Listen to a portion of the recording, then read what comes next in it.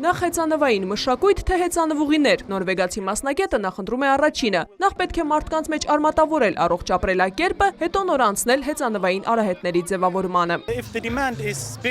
Եթե պահանջարկը մեծ է, եթե այն աճում է, կառավարությունը կանցնի հեծանվային արահետների կառուցմանը։ Եվ այսպես շատ հաճելի է տեսնել այսքան շատ մարդկանց հեծանիվներով, եւ սա արդեն խոսում է այն մասին, թե ինչ են մարդիկ ուզում։ Սա միջոցներից մեկն է ապրել ավելի երկար եւ ավելի երջանիկ։ Եղիր ակտիվ, ապրիր առողջ կարգախոսը մայիսի 8-ից միավորել է մի քանի ընկերությունների։ Առողջ ապրելակերպի համար ձեռք-ձեռքի տված ընկերություններից են Coca-Cola-ն եւ Vista-ն։ Մեկնարկած միջոցառումներն ունեն երկու հիմնական ուղերձ՝ հնարավորինս շատ ֆիզիկապես շարժվել եւ դրա հետ մեկտեղ սնվել բալանսավորված։ Որ մարդիկ նախընտրեն ավելի շատ քայլել ոտքով կամ վարել հեծանիվ, քան մեքենա նստել, քան վերելակից օգտվել։ Այսինքն այս ամենը ուղղված է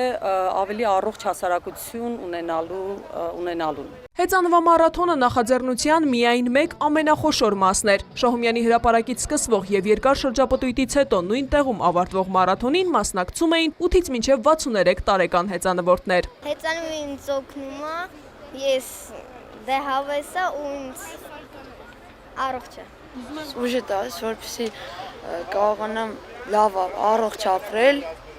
եւ լինել որոշ չափով մարզված։ Եվ միշտ օգտագործել եմ առողջական վիճակի համար։ Առողջ ապրելակերպի միջոցառումների ամբողջ շարքին միացել է նաև զանգվածային լրատվամիջոցների մի ամբողջ հոլդինգ, որը կօգնի հասցեական դարձնել կազմակերպիչների ուղերձները։ Մենք ցանկանում ենք լայն մասսաներին